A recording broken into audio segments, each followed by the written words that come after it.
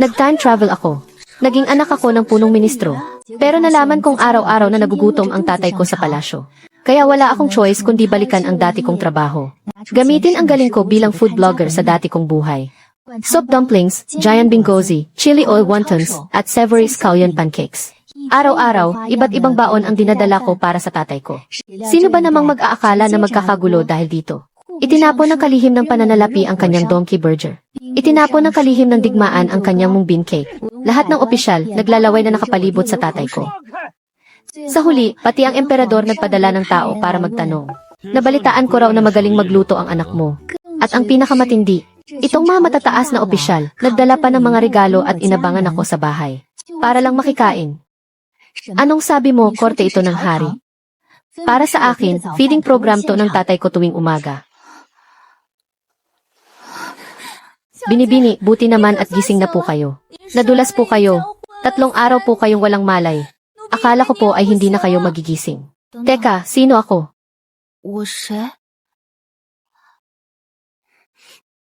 Kayo po si Shen Chaoning, ang anak ng punong ministro. Ang ama nyo, si Shen Huiyan, ang kasalukuyang punong ministro. Nag-time travel ako. Nag-time travel nga ako. Ang tatay ko ay punong ministro. Kung ganon, hindi siguro problema ang pagkain at damit, di ba? Nasaan ang pagkain? Binibini, gutom na po ba kayo? Iinit lang po ako ng lugaw. Anong lugaw? Plain na lugaw, anong ulam? Burong gulay po. Ang tatay ko ang punong ministro. Ang pamilya ng punong ministro, kumakain ng lugaw at burong gulay. Hindi sa wala po tayong pera. Ang kaso, ang inyong ama ay kailangang dumalo sa korte bago mag-alas 5 ng umaga. Hanggat hindi tinatapos ng emperador ang pagpupulong, walang pwedeng umalis. Ang pinakamaikling pagpupulong ay tumatagal ng 2 oras. At ang pinakamatagal mula alas 5 ng umaga hanggang tanghali. Normal lang po yan. Kasi po, ayaw ng inyong ama na sumakit ang tiyan niya sa gitna ng pagpupulong. Kaya sa umaga, 1 tasang tsaa lang ang kaya kong inumin. Tinitiis ko buong umaga. Ang ibig mong sabihin, araw-araw na nagugutom ang tatay ko sa korte. Lahat ng opisyal sa korte ay payat at namumutla sa gutom. Nanginginig ang mga binti nila pagkatapos ng pulong. Anong klaseng biro to? Ako, si Shen Chaoning, sa dati kong buhay, kaya kong pakainin ang milyon-milyong tagahanga. Sa buhay na to, hahayaan ko pa bang magutom ang sarili kong ama?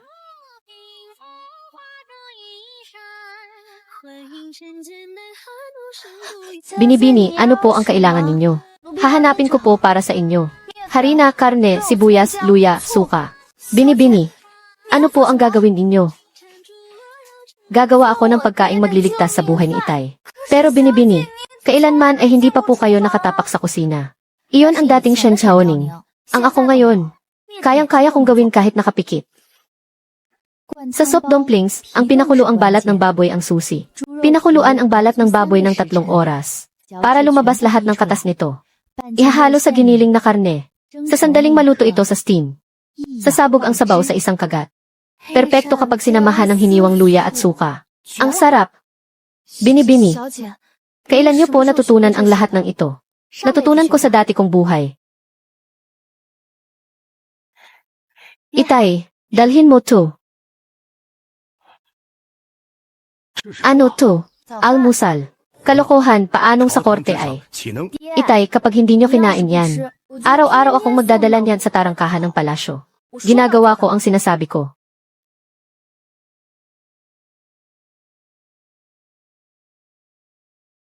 Tandaan nyo, kainin nyo habang mainit pa. Pag lumamig, titigas ang sabaw sa loob.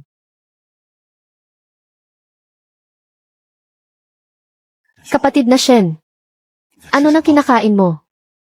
Ay, wala. Palaman na baboy at sibuyas. Paano ka?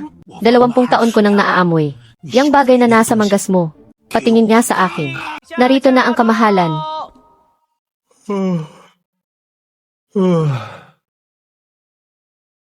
Mga ministro, kung mayroon kayong iulat, magsalita na.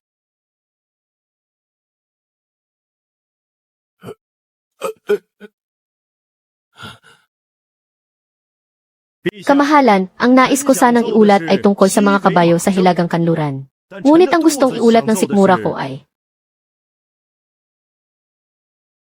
ang bagay na nasa manggas ni Ginoong Shen. Pwede mo ba akong bigyan ng kalahati pagkatapos ng pagpupulong? Kamahalan, sumasang-ayon po ako. Ako ang unang nakaamoy. Ang tanong ko ay kung mayroon kayong mahalagang iulat. Hindi kung ano ang itinatago ng mahal kong ministrong si Shen sa kanyang manggas. Kamahalan, nais kong isumbong si Ginoong Shen. Isinusumbong ko si Ginoong Shen sa paggulo sa korte. Hinihiling ko na isuko ni Ginoong Shen sa publiko ang kontrabando. At hayaan ninyong ako ang sumuri nito. Kamahalan, sumasang-ayon po ako. Pero sa tingin ko, si Ginoong Han at Ginoong Shen ay parehong opisyal sibil. Mas makabubuting iwasan ang pagdududa. Kaya dapat, tauhan mula sa aking kagawaran ng digmaan ang sumuri. Upang maging patas. Saklaw ba ng kagawaran ng digmaan ninyo ang pagkain? Ang mga rasyon ay saklaw din ng kagawaran ng digmaan. Kayo, ang ginagawa ninyo ay pagsasamantala sa pwesto. Sige na, mahal kong ministrong Shen. Ano ba talaga ang itinatago mo sa iyong manggas? Ilabas mo at nang makita ko rin. Kamahalan, ako po ay may dalang kaunting pagkain. Naisip ko po kasi na hindi pa kayo kumakain. Kaya dinalhan ko po kayo ng kaunti. Ito po ay siopao. Sagot sa kamahalan, ito po ay soft dumplings na gawa ng aking anak na babae. Gawa ng anak mo. May anak kang babae. Ginoong Qin, ang anak ko ay 18 taong gulang na. Nakita mo pa nga siya noong nakaraang Mid-Autumn Festival. 20 taon na akong kumakain sa palasyo. Pero ngayon lang ako nakatikim ng ganito kasarap na pagkain. Mahal kong ministrong Shen, dati ba inasa kusina ng imperyo ang anak mo? Sagot sa kamahalan, hindi pa po nakakapasok sa kusina ang anak ko dati. Kahapon lang niya iyan natutunan. Kakaaral lang.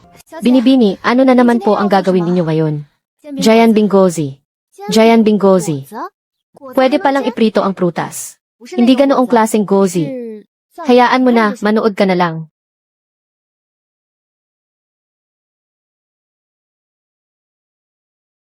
Binibini.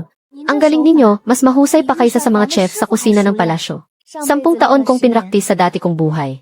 Siguradong naging usap-usapan na ang soft dumplings na ginawa mo kahapon. Itong gagawin ko ngayon, siguradong hindi na sila mapapakali. Ginoong Shen, sandali lang. Ginoong Han, anong kailangan mo? Patingin ako ng almusal mo ngayon. Ginoong Han, gawa ito ng anak kong babae para sa akin. Alam ko, titingnan ko lang.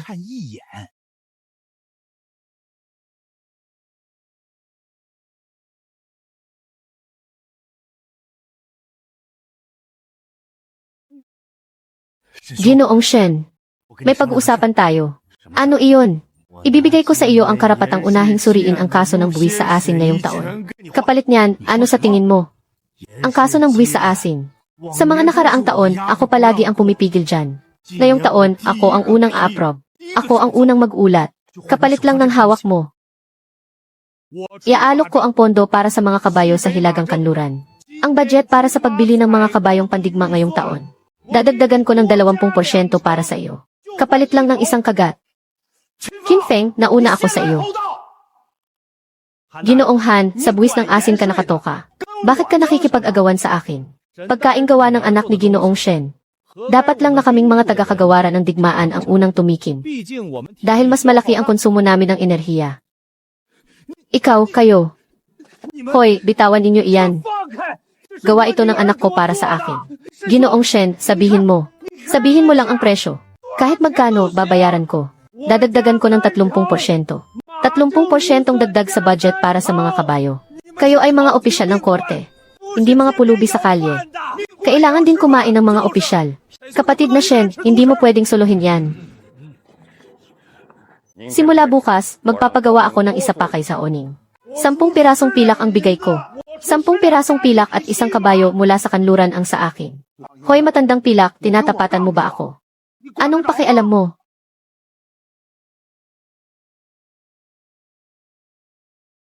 Shen Huian. Hay nako, kaya pala. Si Lord Han at Lord Qin, dahil lang sa isang Jayan Bingozi. Muntik nang mag-away sa korte. Tawa ka pa dyan, halos lamunin ako ng buhay ng mga iyon kanina. Itay, wag po kayong mag-alala. Mayroon akong paraan. Simula bukas, magdala po kayo ng 2 baunan. 2. Yung isa, para sa inyo. Yung isa naman, ipabid ninyo sa kanila. Gusto mong magpasubasta ako sa korte. Itay, isipin niyo po. Magkano ba ang halaga ng panukalang buwis sa asin? At magkano naman ang budget para sa mga kabayo? Isang Giant Bingo Ozi kapalit ng mga bagay na yan, sino ang lugi? Itay, kung nahihiya po kayo. Ibahin na lang natin ang tawag. Ang tawag dito, pakikipagkaibigan sa pamamagitan ng pagkain. Para maitaguyod ang pagkakaisa sa korte. Sigurado ka bang pagkakaisa yan at hindi awayan? Itay, abangan nyo na lang po. Simula bukas, ang almusal ninyo ang magiging pinakamabigat na salapi sa korte.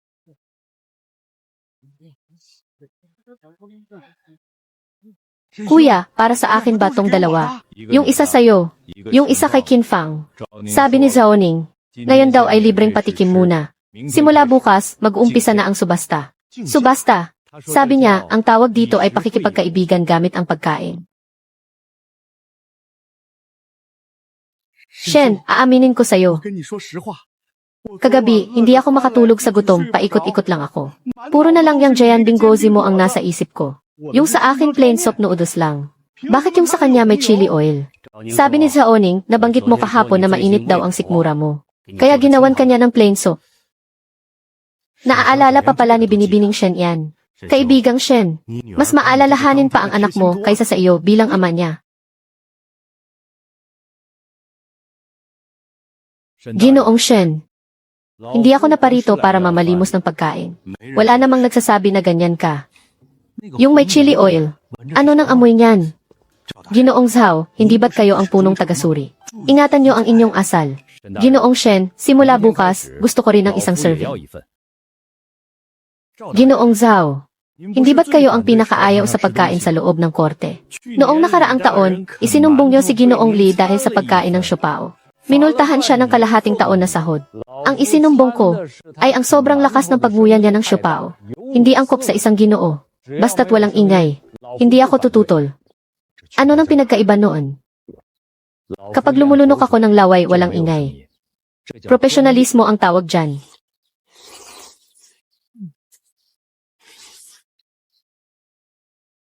Kaibigang Shen, pwede bang magtayo ng tindahan ang anak mo? Ako na sa pwesto, ako na. Ako na rin sa renovation. At sisiguraduhin kong hindi ko siya isusumbong. Binibini sa labas. Puno po ng mga gamit sa labas. Binibini sa labas. Puno po ng mga gamit sa labas. Anong mga gamit? Nagpadala si Ginoong Han ng isang kahon ng primera klaseng Longjingtea. Nagpadala naman si Ginoong Zhao ng isang inkstone. Ang ministro ng ritual ay nagpadala ng isang pinta. Ang eskriba mula sa ministro ng gawaing pampubliko ay nagpadala ng isang set ng Zisha Tiapot. Pati na rin ang ministro ng katarungan. Nagdala siya mismo ng isang buong tadyang ng baboy. Sabi niya, bahala na daw si Binibining Shen kung paano ito lutuin. Ang gusto lang daw niya ay makahingi ng isang subo. Ang ministro ng katarungan. Sinabi pa sa kanya nung namamahala sa mga kulungan. Buong buhay daw siyang humatol sa mga kriminal. Panahon na raw para matikman niya ang sarap ng buhay. Sige, dahil sabik na sabik kayong lahat. Huwag niyo akong sisisihin kung unahan ko na kayo. Miss, anong isinusulat mo? Menu ng almusal. Loon soup dumplings. May kasamang luya at suka martes Giant Bingozi. Lagyan ng ham sausage Miyerkules chili oil noodles Webes savory pancakes. May kasamang soy milk Biyernes pan-fried buns. Sabado beef noodles linggo kahit ano. Sorpresa 7 araw walang ulitan. Kaya ko pang gumawa para sa 7 araw pa. Idikit mo ito sa may pintuan. Simula bukas, limitado lang ang almusal. Kung sino ang mauna siya ang makakakuha. Hindi pera ang bayad. Tumatanggap kami ng sangkap kung anong sariwa iyon ang dalhin. Kung anong pambihira iyon ang dalhin. Miss, hindi ba masyadong agaw pansin yan? Sa tingin mo ba hindi pa sapat ang pagiging sikat ng tatay ko? Zaoning, lumabas ka at tingnan mo. Sige, iwanan nyo ang mga sangkap. Yung mga sulatin painting at inkstone isauli nyo. Iwanan ang kalahati ng dahon ng tsaa. Yung kalahati gamitin mo para igawa ako ng tea-eggs. Yung painting na iyon ay orihinal mula sa nakaraang dinastya. Dad, hindi naman ako tumitingin ng painting. Ang tinitingnan ko ay ang tamang luto.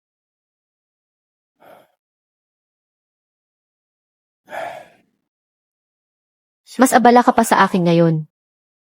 Alam mo ba kung ano ang pinag-uusapan nila tungkol sa iyo sa labas? Ano nang sabi nila ang anak ng punong ministro ang numero 1? Chef sa korte pagkatapos kumain ng almusal ni Miss Shen. Hindi na sila inaantok sa korte. Mas ganado na silang makipagtalo. Ang kagawaran ng pananalapi at digmaan ay hindi na nag-aaway ngayon. Nag-aagawan na sila ng baunan. Sinong nagsabi nung huli? Si Zhao Zhenking pagkatapos niyang sabihin iyan isinumbong niya si Han Zhang, ang ministro ng pananalapi. Si Han Zhang hindi raw angkop na makipag-agawan ng pagkain sa korte. Pinagmulta ng 3 buwang sahod. Tapos sabi ni Han Zhang ang tatay mo raw ako ang tunay na may kasalanan. Gusto akong idemanda, pero nagsalita si Qin Fang para sa kanya. Sabi ni Zhao Zhenking, napilitan lang daw ang tatay mo. Nag-away ang tatlo sa bulwagan ng trono ng halos 1 oras. Ang emperador naman, nanonood lang mula sa itaas. Ang tagal niyang nanood, tapos may sinabi siya. Anong sabi ng emperador? Gusto rin daw niyang kumain. Pagkatapos ng pagtitipon sa korte kanina, pinaiwan ako ng emperador. Anong sabi niya? Minister Shen, yung wontons in chili oil na gawa ng anak mo. Dalhan mo rin ako ng isa bukas. Ayos, umorder ang emperador. Malaking bagay yan. Ang menu ng emperador ngayong araw. Soup dumplings na may kasamang suka na gawa sa millet. At may libreng 1 mangkok ng lugaw na millet. Na ipadala na sa palasyo ang para sa emperador. Para sa matitira, unahan na lang. Akin na ang 2 basket. Ginoong Han, 1 basket lang po bawat tao. Tikman niyo muna. Kung masarapan kayo, bumalik kayo bukas. Binibining Shen, pwede bang dagdagan ng 1 platitong suka ang sa akin? Walang problema. Nagdala ako ng sarili kong suka. Hindi gaanong maasim ang suka ninyo. Ginoong Zhao, naparito ba kayo para mag-almusal? O para manggulo? Maselan lang talaga ako sa pagkain.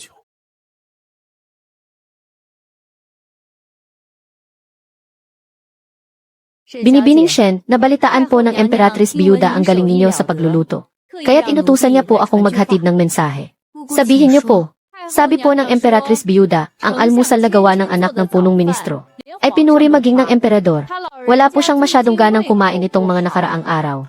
Kaya gusto po niyang imbitahan si Binibining Shen na pumunta sa palasyo para ipagluto ang Emperatrice Biyuda. Yung almusal ko. Sandali lang po. Ipagluluto ko po ang Emperatrice Biyuda ng 1 mangkok ng Osmanthus sweet rice balls at 1 platito ng date pastry. Malapit na pong matapos. Patay. Pati ang Emperatrice Biyuda, nakikipag-agawan na sa kanya. Mukhang mawawalan na tayo ng almusal. Ang aking red oil stirred recipe. Magsusulat muna ako ng ulat. Isusumbong ko ang Empress Dowager sa pagnanakaw ng pagkain. Hindi iyan tama. Maglakas loob ka. Ang inyong lingkod na si Shen Chaoning ay nagbibigay pugay sa kamahalan, ang Empress Dowager. Halika, hayaan mong makita ko ang anak ng punong ministro. Maayos naman ang iyong itsura. Nabalitaan ko na ang almusal na inihahanda mo raw ay nagpataba sa lahat ng opisyal sa korte. Sagot po sa kamahalan, naghahatid lamang po ako ng pagkain para sa aking ama. At napagawa na rin po ng ilang dagdag para ipamigay. Ako, nabalitaan ko na ang Ministry ng Pananalapi at Ministry ng Digmaan dahil sa pagkain gawa mo. Ay handa pa raw ipagpalit ang kaso sa buwis sa asin at ang budget para sa mga kabayo. Yang si Zhao Zhenking ang tigas ng ulo. Kahit siya ay pumila. Si Lord Zhao ay may dala pang sariling mangkok ng suka. May sariling dalang mangkok ng suka. Zhao Zhenking, hahaha. Ilang dekada ko na siyang hindi nakitang mapahiya ng ganyan. Kamahalan, ipahain na po natin kay Binibining Shen ang pagkain. Sige, ihain mo na. Tingnan ko nga kung anong masarap na pagkain ito. Nalabis na nagustuhan ng buong korte.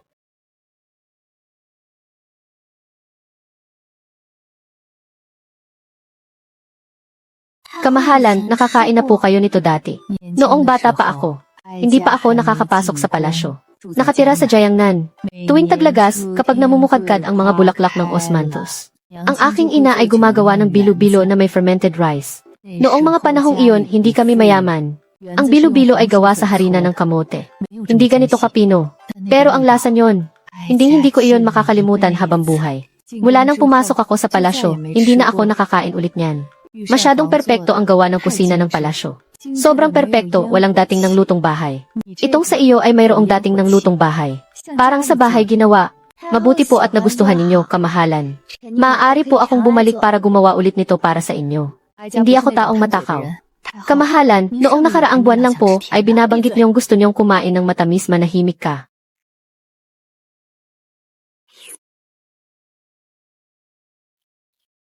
Zhang Ning, kanino mo natutunan ang galing mong iyan sa pagluluto? Tugon ko po, mahal na Reyna.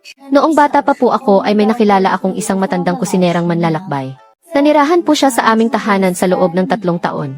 At tinuruan niya po ako ng maraming lutuing pangkaraniwan. Kaya naman pala ang mga putahing gawa ng mga taga-kusina ng palasyo. Ang gaganda lang tingnan. Pero hindi naman masarap.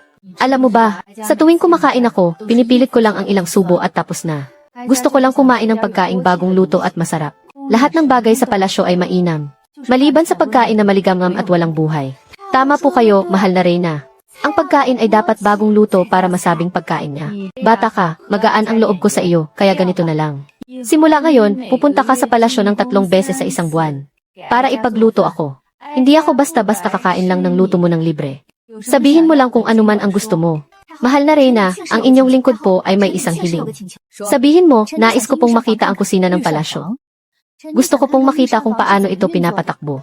Kung maaari po, nais ko pong baguhin ang ilang bagay para magkaroon ng buhay ang mga pagkain sa palasyo. Sige, bibigyan kita ng tanda ng pahintulot.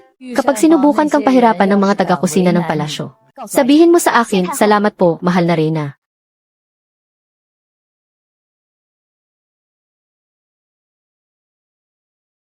Kayo pala si Binibining Shen na binanggit ng mahal na Reyna.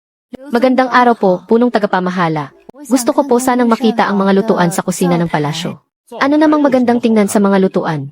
Binibining Shen, ang kusina ng palasyo ay isang mahalagang lugar dito. Isa kayong tagalabas. Binigyan po ako ng tanda ng pahintulot ng mahal na Reyna. Sige na, tumingin kayo kung anong gusto nyo. Kailan pa ginawa ang mga nasa loob ng steamer na ito? Kaninang umaga pa po ginawa. Kinain po ng mahal na emperador noong tanghali. Ginawa sa umaga para kainin sa tanghali. Matigas na ang balat nito. Ganyan po talaga dito sa palasyo. Ang pagkain ng emperador ay kailangan munang suriin kung may lason. Pinapanatiling mainit tapos ihahain. Kailangan ng kahit isang oras. Kahit gaano pa kasarap ang luto. Pagsilbi niyan malamig na. Kaya lahat sa palasyo laging pinainit lang ang kinakain. Tama kaya sa kusina ng palasyo, hindi na mahalaga ang sarap ng bagong luto. Tutal pagdating doon wala na rin yon. Hindi ito kusina ng palasyo. Para lang itong food warmer.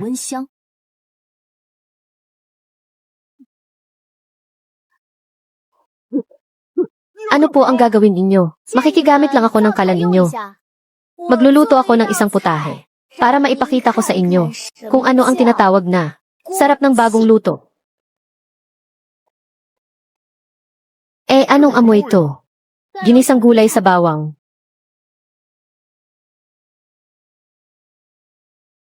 Tikman nyo.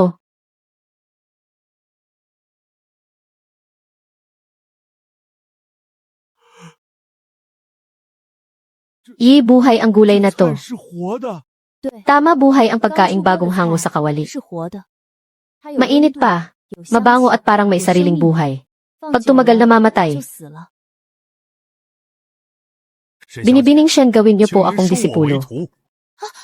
Manager Liu, mas matanda po kayo sa akin ng 20 taon. Kung sino ang may alam siya ang guro. Isang kagat ko palang kanina. Nalaman kong puro bangkay pala ang niluluto ko sa lahat ng taon na to. Binibining Shen, matagal na kitang hinihintay. Napadaan lang ako. Nasa silangan ng lungsod ang bahay ng punong ministro. Nasa hilaga naman ang palasyo. Paano po kayo napadaan? Medyo napalayo lang ang paglalakad ko. Mahal na hari, isang oras na po tayong nakatayo rito, manahimik ka. Mahal na hari, isang oras na po tayong nakatayo rito, manahimik ka. Makikikain lang ang mahal na hari. Nandito ako para mag-inspeksyon. Nabalitaan kong pumasok ka sa palasyo para magluto para sa Inang Reyna. Kaya naparito ako para tingnan kung inalagaan mong mabuti ang Inang Reyna. Nagustuhan po ng Inang Reyna ang pagkain. Gumawa rin po ako ng pastry na may palamang dates para sa Inang Reyna. Kung ganoon, gusto ko rin yan. Kamahalan para po sa Inang Reyna yan. Tunay na anak ako ng Inang Reyna. Kung anong meron ang Inang Reyna, dapat meron din ako. Sige po, kamahalan, ipaghahanda ko na po kayo ng pagkain. Nga pala, damihan mo. Iuwi ko para may makain ako mamayang gabi. Kamahalan, sa susunod na pagpunta ninyo, maaari po bang magpasabi muna kayo? Para po makapaghanda ako ng mga sangkap. Kung magpapasabi ako, hindi na iyon maituturing na pagdaan lang. Kaya pala lagi lang kayong dumadaan. Nitong mga araw na ito, nahilig akong maglakad-lakad. Kamahalan, dati naman po ay hindi kayo mahilig maglakad. Pwede mo pang lakasan. Wala po akong sinabi. Ulitin mo nga ang sinabi mo. Magtatayo ka ng tindahan sa tarangkahan ng palasyo. Opo, tatawagin itong Shenji Chaoshai. Magbubukas tuwing umaga bago sumikat ang araw. Para lang sa mga ministrong papasok sa korte. Iyon ang tarangkahan ng palasyo. Hindi palengke. Itay, isipin niyo na lang po kung gaano karaming tao ang pumipila sa bahay natin araw-araw. Halos hindi na madaanan ang eskinita sa labas. Nagpunta pa nga po kahapon si General Wang na kapitbahay natin para magreklamo. Hindi na raw makalabas ang sasakyan niya. Kahit na, hindi ka pwedeng magtinda sa tarangkahan ng palasyo. Isusumbong ka ng mga opisyal. Suki na natin si Ginoong Zhao. Nagtanong pa nga siya kahapon kung pwede siyang magpadagdag ng isang order ng pancake. Itay, kaysa po magpadala tayo ng patago. Mas mabuti pong gawin natin ito ng hayagan. May talento ako sa pagluluto. Kayo po may mga koneksyon. At ang mga opisyal gusto naman nila. Ano po ang tawag dyan? Ang tawag dyan, sa takot ko, ay sama-samang pagdedemanda sa buong korte. Huwag po kayong mag-alala, Itay. Nakapagpaalam na po ako sa Inang Reyna. Sabi po ng Inang Reyna, suportado niya raw ito. Alam ng Inang Reyna. Sabi pa nga po niya, magpapadala rin daw siya ng tao para bumili. Ito po ang menu at listahan ng presyo. Itay, tingnan niyo po. Bakit ang mura nito? Ano ang habol mo rito? Ang habol ko lang po ay ang kasiyahan. Ang mga sangkap na ito ay sapat na para sa isang buwang pagtitinda. Alam niyo po ba, yung kahon ng longjingtea na bigay ni Ginoong Han, kapag ginawang tieg, 5 kusing ang presyo ng isa. Naging opisyal ako sa buong buhay ko. Hindi ko kailanman inisip na darating ang araw na ang pinakamalaking kita ng pamilya natin ay galing sa pagbebenta ng tieg. Itay, wag na po kayong mag-alala, tara na. Bukas na kami, bukas na. Unang araw ngayon, bumili ng 3 siopao, may libreng isa. Libre ang soy milk. Sa wakas, hindi na kailangang makipagsiksikan sa tapat ng bahay ninyo. Pabili ng 5 siopao at 1 tasa ng soy milk.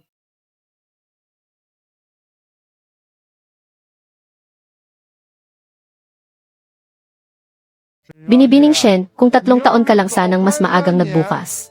Sana 3 taon pa ang idinagdag sa buhay ko. Nasira ang sikmura ko sa gutom noong mga nakaraang taon. Hanchong, inunahan mo na naman ako. Pabili ng 2 Giant Bingozi na may 2 itlog. Ginoong Qin, maganda po ang gana ninyo ngayon ah.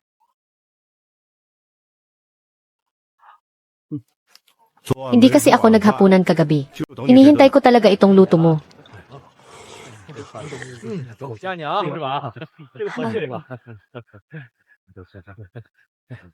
Isang order ng savory pancake. Pakidagdagan ng linga. Ginoong Xiao, anong suka po ang dala ninyo ngayon? 5 taong pinatagal. 3 beses na mas mahal kaysa kahapon. CJ, Binibining Shen, pwede po ba kaming bumili? Hindi po kasi ako pamilyar dito. Maaari po ba kayong magrekomenda? Siyempre, dapat Giant Bingozi. Nakakabusog, masarap at hindi mahal. Pabili ng 2, magdamag akong nag-duty. Gutom na ako. Binibining Shen, ang sarap naman nito. Binibining Shen, ang sarap naman nito. Ang mga kasama ko sa night shift ay laging nagugutom. Sa susunod, pwede bang gabi-gabi? Almusal muna tayo sa ngayon. Yung tungkol sa panggabing merienda. Saka na natin pag-usapan. Iyan ang ministro ng pananalapi. May same paste sa gilid ng bibig niya. Huwag mo nang tingnan. Gusto ko ring bumili. Pero hindi ako makaalis. Magpalitan na lang kaya tayo. Anong lasa?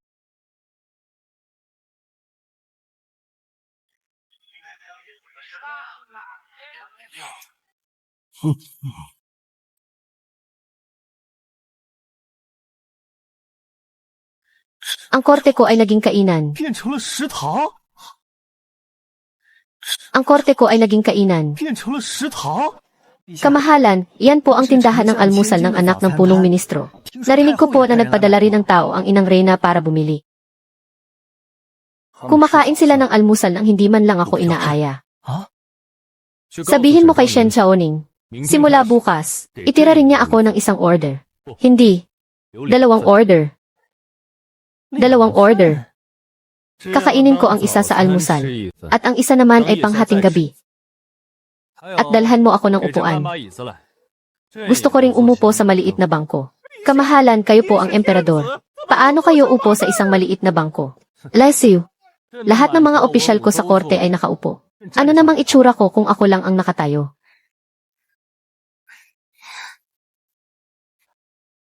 Shen Zhaoning, ano pa bang mga sorpresa ang mayroon ka?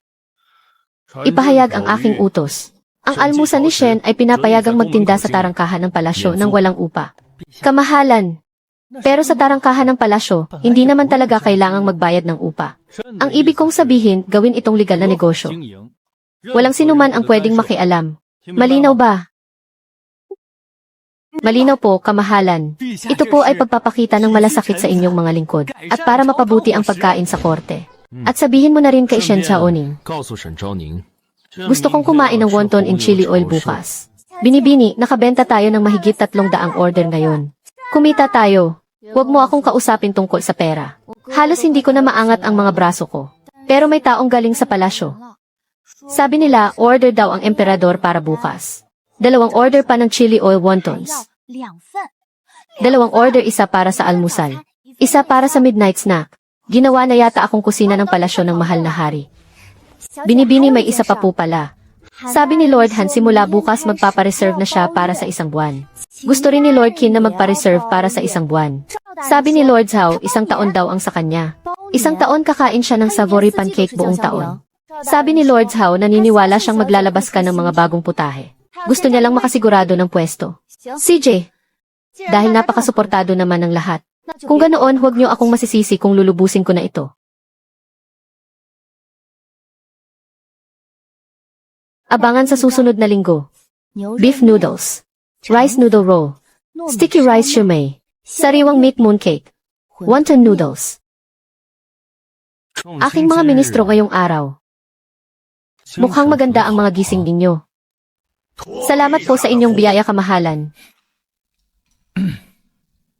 Mayroon akong ipahahayag ngayong araw. Simula bukas, ako rin ay kakain ng almusal sa kainan ni Shen. Walang sinuman ang aagaw sa aking pwesto. Simula bukas, ako rin ay kakain ng almusal sa kainan ni Shen. Walang sinuman ang aagaw sa aking pwesto. Kamahalan, 7 araw na po akong nakapila. Ministro Han, ibig mong sabihin dapat akong pumila sa likuran mo. Hindi po ako nangangahas. Ang ibig ko pong sabihin, maaari ko kayong ipagreserba ng upuan. Sip-sip. At saka ang chili oil wontons na gawa ni Shen Zhaoning. Mula ngayon, magtira kayo ng 2 order para sa akin araw-araw. Isa para sa almusal at isa para sa midnight snack. Kamahalan, mayroon po akong sasabihin. Ministro Zhao, magsalita ka.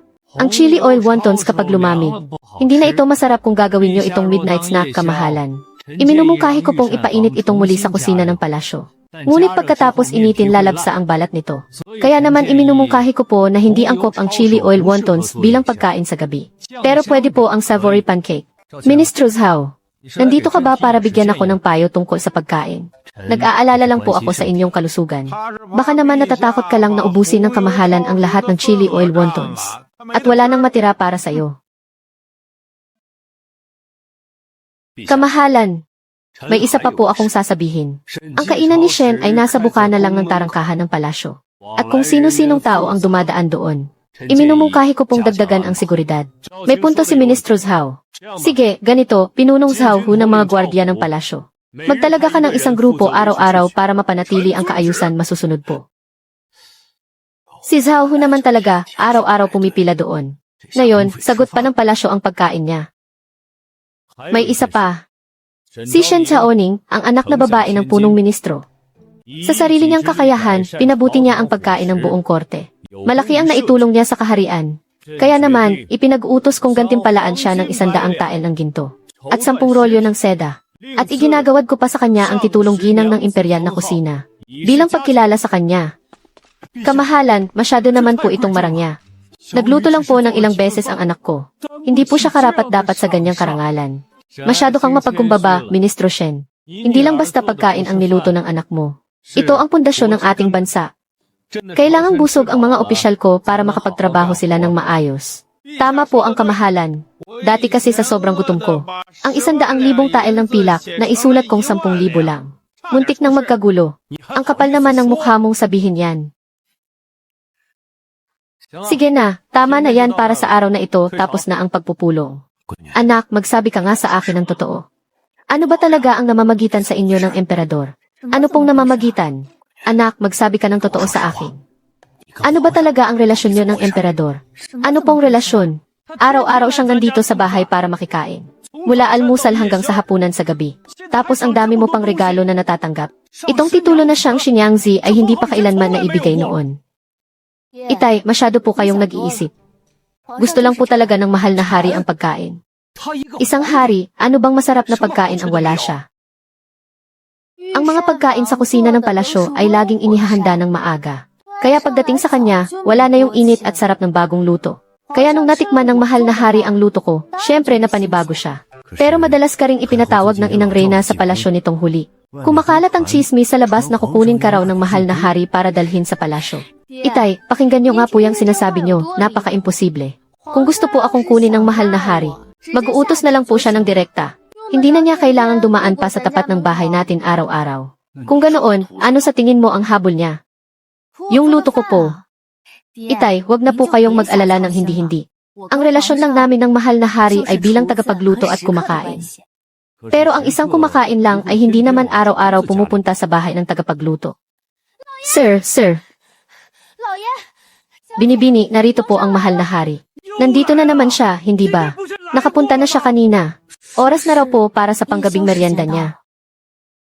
Sige na, ipagluluto ko na lang siya ng isang mangkok ng noodles. Sandali. Sasama ako sa iyo. Bakit po kayo sasama? Sasama ako para tingnan kung naparito talaga siya para kumain. O para pag nasaan ang anak ko.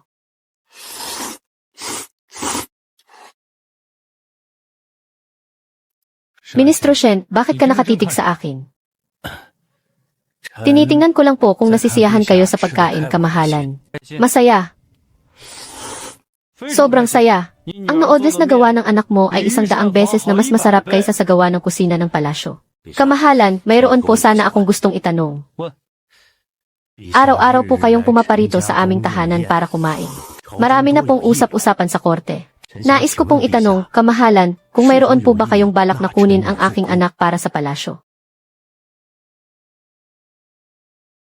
Ministro Shen, ano sa palagay mo?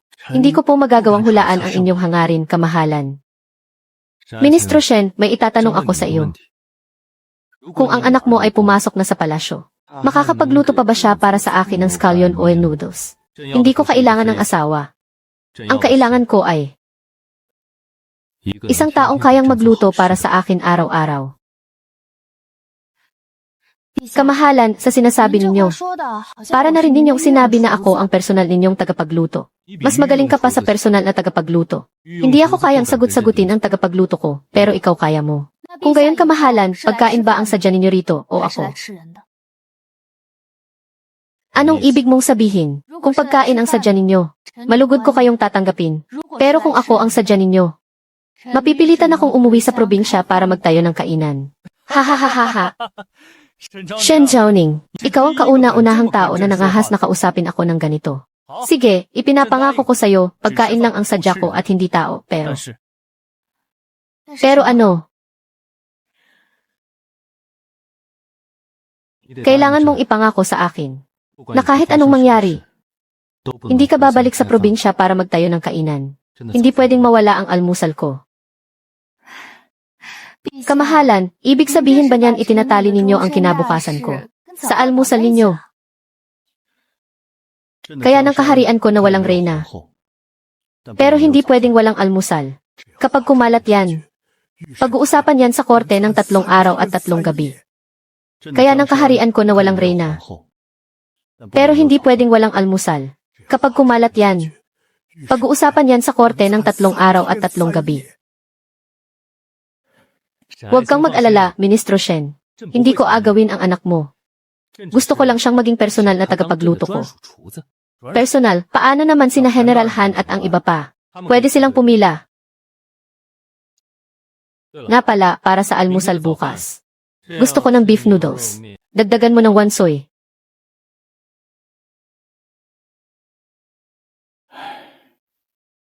Anak, ang relasyon ninyo ng emperador. Bilang ama mo, hindi ko na maintindihan. Ano nang mahirap intindihin doon? Mahilig lang talaga siyang kumain. Nagkataon lang na ang taong mahilig kumain ay ang emperador. Mahal na hari, kami po ay nagkakaisa para isakda si punong ministro Shen Huaian sa paggamit sa kanyang anak na babae para akitin kayo. At sirain ang dangal ng korte. Paninirang puri yan. Nagluto lang naman ng ilang beses ang anak ko. Ilang beses lang, araw-araw pumupunta ang mahal na hari sa tahanan ng punong ministro para kumain. At gabi-gabing nagtatagal hanggang hating gabi. May papaliwanag ba yan ng ilang beses na pagluluto lang? Tagapamahalang Wang, ako po ang testigo. Sa tuwing pumupunta ang mahal na hari sa bahay ng punong ministro, talagang para lang kumain. Nakita ko mismo ang mahal na hari na nakaabang sa pinto ng kusina para sa noodles niya. Kahit na, hindi pa rin iyon angkop.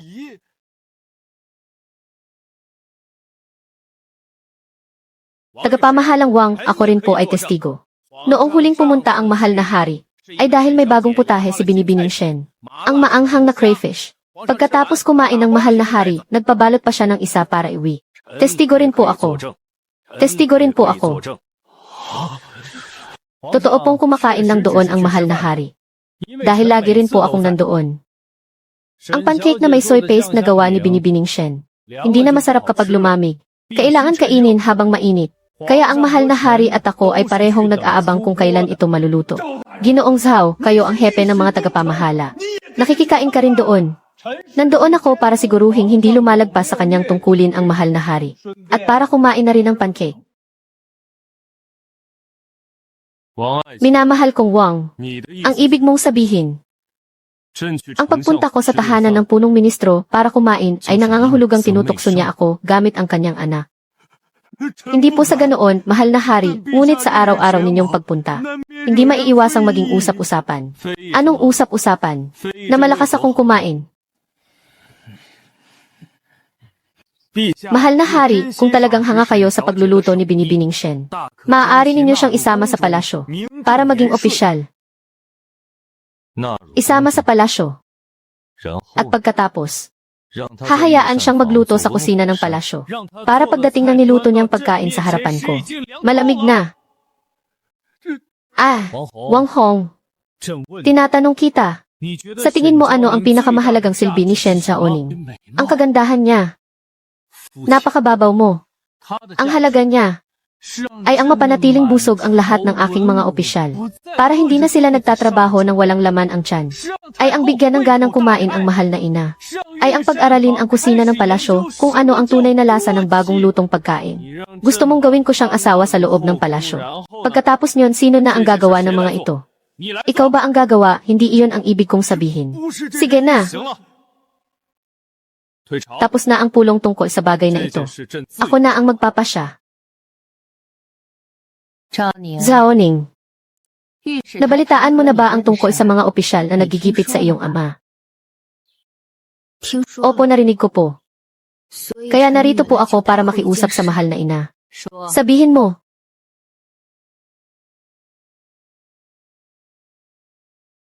Gusto ko pong humarap sa mahal na hari upang liwanagin ang lahat ng ito ng harapan. Ano ang balak mong sabihin sa hari? Sasabihin ko po na ako ay isang tagapagluto at hindi isang asawa ng hari. Kung nasaan ang kalan, doon din ako dapat naroroon. Hanganga ako sa iyong paninindigan. Gusto ko ang mga katulad mo. Sige na at lalakasan ko ang loob mo. Maraming salamat po, mahal na ina. Ay sandali lang. Bago ka pumunta roon, ipagluto mo muna ako ng matamis na bilo-bilo. Iyong katulad ng lasa noong huli. Ilang araw ko na iyong pinapangarap. Masusunod po. Alam kong darating ka.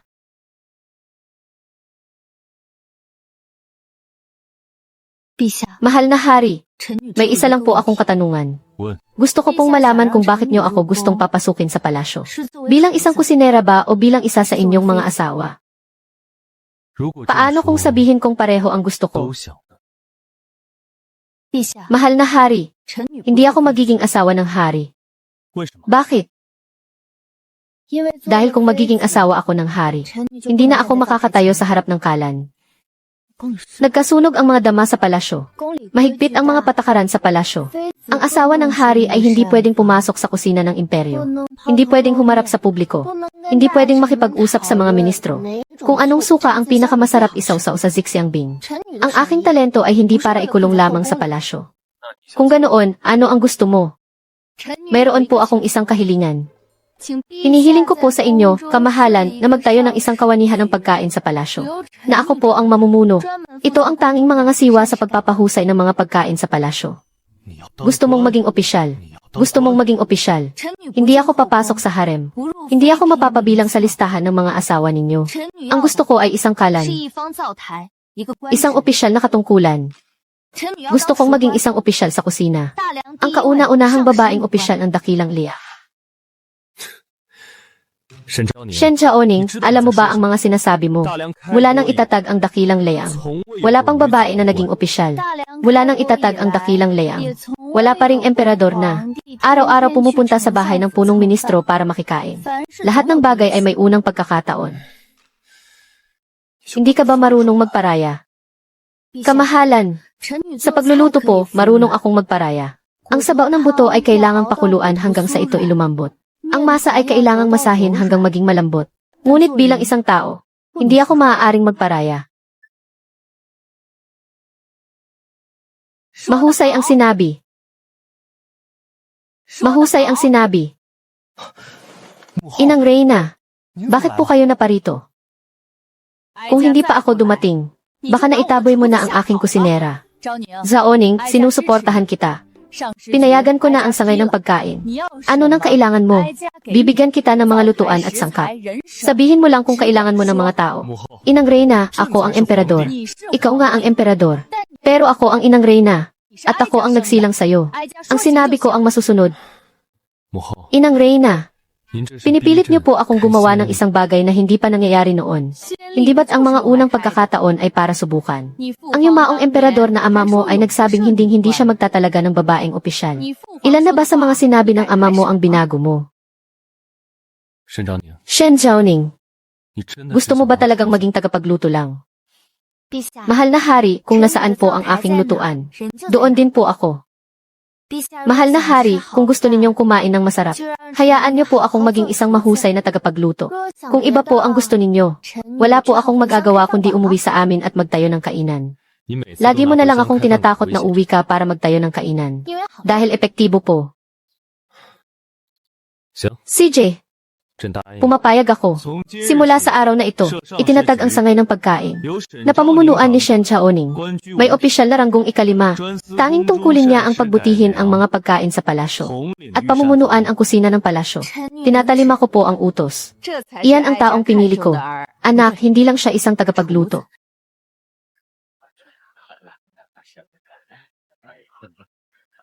Grabe, ang sarap ng beef noodles ngayon. Ginoong Shen, parang diwata ang anak niyo.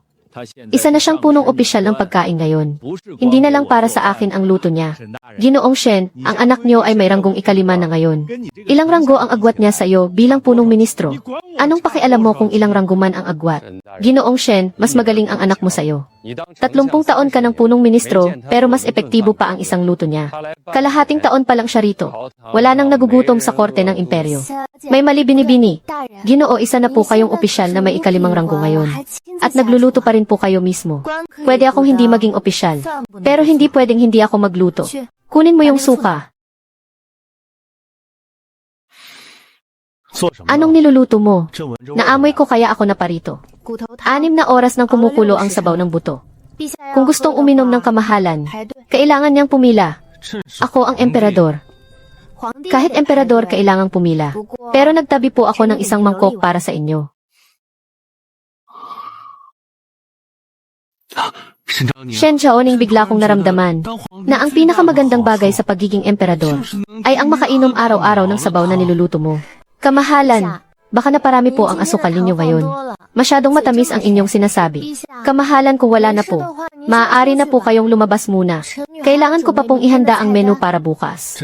Dito na ako iinom. Kayo po ang bahala.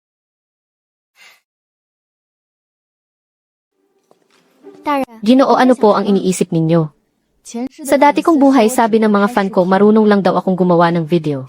Ngayon lahat ng opisyal sa korte ay suki ko na. Kahit ang emperador kailangang pumila. Ginoo, pinagsisisihan niyo po ba? Na imbes na maging asawa ng emperador, pinilit ninyong maging kusinera. Ang hindi ko pinagsisihan sa buhay na ito ay ang pagpili sa kalan. At hindi sa harem. Ginoo, handa na po ba ang menu para bukas? Handa na ang Badha Jumps Over the Wall. Badha Jumps Over the Wall, gaano po katagal lutuin yan? 3 araw at 3 gabi. Hayaan nating maghintay ang emperador. Kamahalan, sabi po ni Ginang Shen. Ang Badha Jumps Over the Wall para bukas ay kailangang lutuin sa loob ng 3 araw at 3 gabi. At pinapaghintay po kayo ng matagal. Maghintay ako ng matagal para sa kanya. Pinaghihintay niya ako ng matagal. Kamahalan, huminahon po kayo, model. Hindi ako galit. Iniisip ko kung masyadong matagal ang 3 araw at 3 gabi. O baka dapat puntahan ko na lang ang kusina para mabantayan ka. Kayo po ang pinuno ng buong bansa. Hindi po kayo maaaring mag-abang sa labas ng kusina araw-araw para lang sa pagkain. Kung ganoon, ililipat ko ang aking trono doon. Shen Zhaoning, maghintay ka lang. Darating din ang araw. Nakusang loob mo akong ipagluluto habang buhay. Shen Zhaoning, nasaan na ang pagkain ko sa gabi? Pumila ka mo, ako ang hari.